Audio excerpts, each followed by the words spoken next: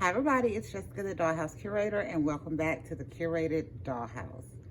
Today we are here, y'all, because I want to introduce you to the second part of my really fun magic school diorama. This entire space that is up here was inspired by the Harry Potter potions capsules. So I told y'all I got two of them initially. I thought they were adorable. I went back, I bought two more, and I got the display.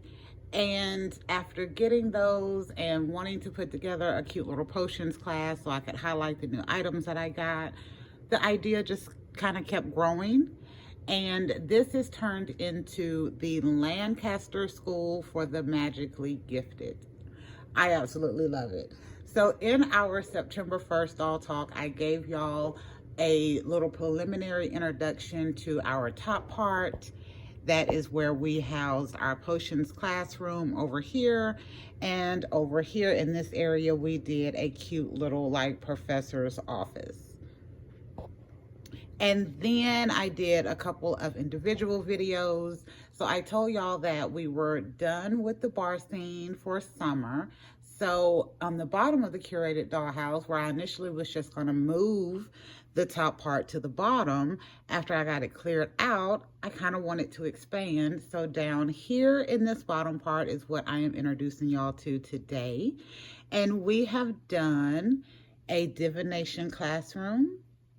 We have done a great haul, and I have also put together a small, very simple care of the magical creatures classroom. I have little dolls up here that are kind of fit into the scheme of things, so I want to walk y'all, give y'all a cute little tour of this little magic school diorama, because y'all also know from the September Doll Talk that we are getting ready to start moving into our fall and Halloween season. So we have the Year of Our Guys that we're going to need to finish up with our Joey doll. We also have Halloween, and I am thinking that I have decided officially to only do 3 little scenes for Halloween. I have some fun ideas. I have a lot of them, but I think I'm just going to do the 3 scenes. That way it will be simple and very dynamic, and I can put all of the effort into the scenes that I want to. But this one, y'all, I had to do a video on because I still have some ideas that I kind of want to play with this space. But it was too cute not to give y'all a tour of like these additional spaces that we put together for this little Lancaster School for the Magically Gifted idea. So let me reposition like we always have to, and then I will finish up the tour of the space. Okay, so here, this is our care of the magical creatures area. So y'all, it's slightly a classroom, it's slightly outside, it's slightly spooky forest kind of looking, but I did that on purpose because I wanted the space to be kind of simple. I mean, it's care of the magical creatures. So yeah, it didn't have to be like a full-on, for real looking classroom, so I could use a lot of the pieces that I had to make it work. So y'all, I'm going to point out some cute little fun things in this. So number 1, in my tree right here, I put my snakes. Y'all met my snakes in. They are earrings. Y'all met them in the picnic diorama. One of the ladies that I know gave me this beautiful necklace that is in here as well. It has all of these different greens and iridescence in it. And I thought, with as bare as this tree is looking, and we're in America, and I think snakewood is one of the like wand woods. It is based around the American School of Magic. I thought that was kind of cute to have in the scene. Here I did just a very simple little desk concept, and y'all, I don't have a lot of like desk stuff like you can do schools and stuff. What I did have, I've kind of already used to do my potions classroom, and I didn't want to undo that.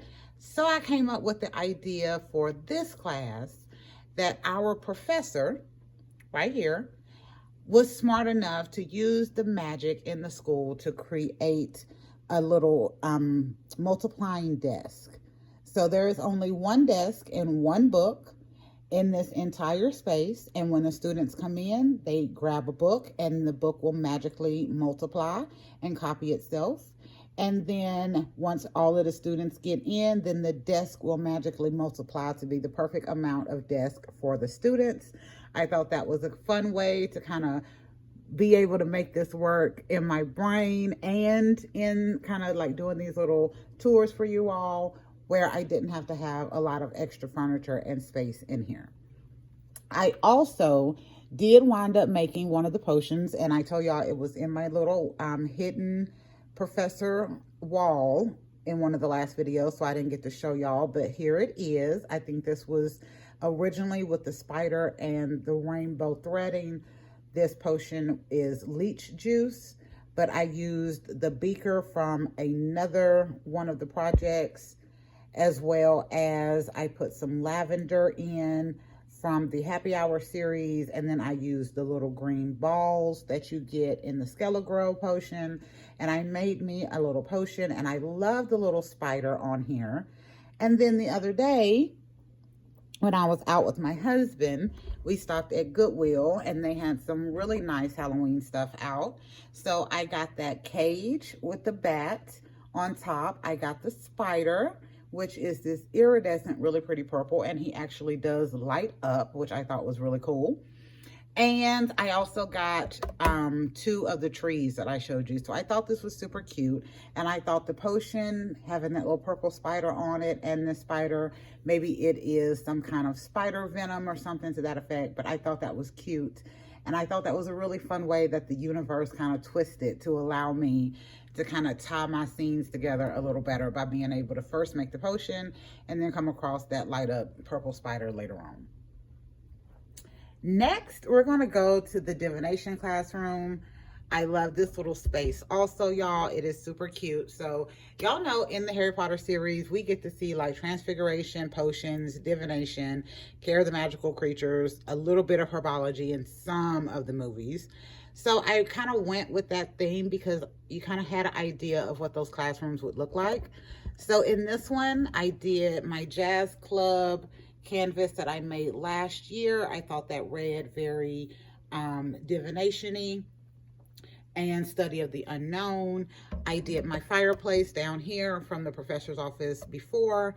And then I just did my blue jean furniture, some of the tabletops, and I used either the potion holder or the table legs to be my crystal ball holders in this scene. I think it's cute. I think it's really cute. I think it's basic. I have a couple of potions kind of sprinkled out in here. And I'm also using my playing cards in this one to kind of be tarot cards over here just for a little clutter. But I thought this room was really cute and really simple to put together. But I think with all of the little knickknacks, again, all of that comes from the little potion balls. It's just different ways to think about using it. And it put together a cute little scene for us. And then we're moving into the Great Hall. Y'all, I think this is my favorite space of the entire, no. The classroom is my favorite space. I think this is my second favorite space. Initially, when I did the Great Hall, I was just going to use my landscape backgrounds. And I used the mirrors, the little cake boards, to be like my get to school portal, my little platform 9 3/4. But then when I did some tweaking, I thought it was good to put the mirrors in the back. That way to help kind of cast a little more light.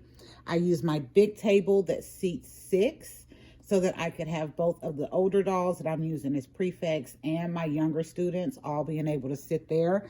And I think that kind of gave it a Great Hall feel. And then my walls, I'm using my just little basic 11 by 14 inch wooden canvas that I had decorated these last year for my Cleo Barbie style No Pink. And I think that's really fun.